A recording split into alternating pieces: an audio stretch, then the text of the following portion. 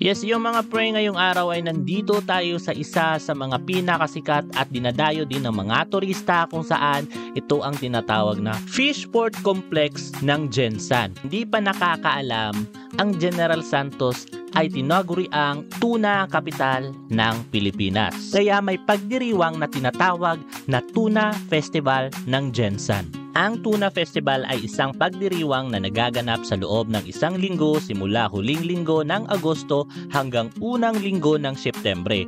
Ito ay nagaganap sa General Santos City na siyang tinuturing na tuna capital ng Pilipinas.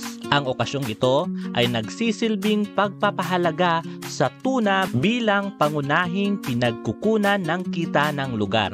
Ito rin ay dinadayo ng libu-libong mga turista, kung kaya't ang Tuna Festival ay pinapahalagahan din bilang isa sa mga pinakasikat na tourist attraction sa bansa. Ang General Santos City sa Mindanao ay tinaguriang isa sa mga pinakamabilis sa pag-unlad ng mga syudad sa Pilipinas. Sa katunayan, ito ay nakatanggap ng gantimpala ng 3 beses bilang most competitive city sa Pilipinas mula 1999 hanggang 2002. At marami pang mga gantimpala na natatanggap mapasa hanggang ngayon. Isang malaking dahilan para dito ay ang malawakang pangingisda ng mga tuna at iba pang uri ng isda sa Fishport Complex ng Gensan. Noong pamang dekada 70 ay kilala na ang syudad bilang tuna capital ng Pilipinas at nagsasabing ang kabuuan ng mga tuna na nahuhuli sa Gensan ay higit pa